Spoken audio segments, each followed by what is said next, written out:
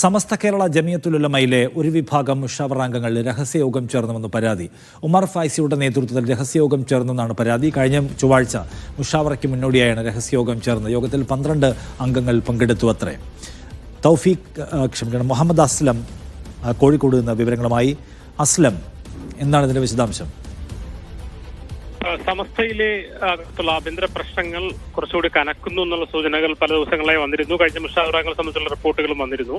അതിൽ കഴിഞ്ഞ ദിവസം ചേർന്ന 6-ാം തീയതി ചേർന്ന മുഷാവറ യോഗത്തിന് മുന്നോടിയായി ഒരു വിഭാഗം മുഷാവറകൾ പ്രത്യേകം രഹസ്യയോഗം ചേർന്നു. അതിനുശേഷമാണ് മുഷാവറയിലേക്ക് എത്തിയെന്നുള്ള പരാതിയാണ് ഇപ്പോൾ മറ്റൊരു വിഭാഗം ഉയർത്തിക്കൊണ്ടുവരുന്നത്.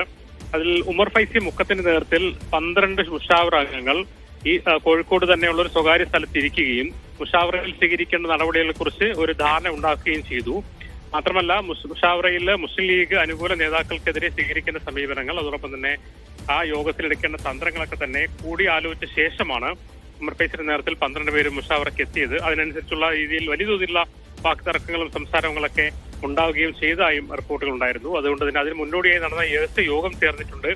അതിൽ നടപടി വേണമെന്ന ആവശ്യമാണ് ഇപ്പോൾ ഉന്നയിച്ചിരിക്കുന്നത്. ഔദ്യോഗികമായ ഒരു കത്തൊന്നും കൊടുത്തില്ല. അതേസമയം ലീഗ് അനുകൂല വിഭാഗങ്ങൾ നേതാക്കൾ ഈ കാര്യം ഉന്നയിച്ചിട്ടുണ്ട്. ഇത്തരത്തിൽ രഹസ്യയോഗം നടന്നിട്ടുണ്ടെങ്കിൽ അതിൽ നടപടി വേണം, അന്വേഷണം വേണം എന്ന ആവശ്യം കൂടി ഇപ്പോൾ ഉയരുന്നുണ്ട്. സമസ്തയ്ക്കകത്തുള്ള ആഭ്യന്തര പ്രശ്നങ്ങൾ രൂക്ഷമാകുന്നതിന്റെ ഒരു സൂചനയാണ് ഇത്തരം യോഗവും അതോടൊപ്പം അതിനെ സംബന്ധിച്ചുള്ള പരാതി. ശരി, മുഹമ്മദ് അസ്ലം വിവരങ്ങൾ നൽകിയത് കോഴിക്കോട് നിന്ന്.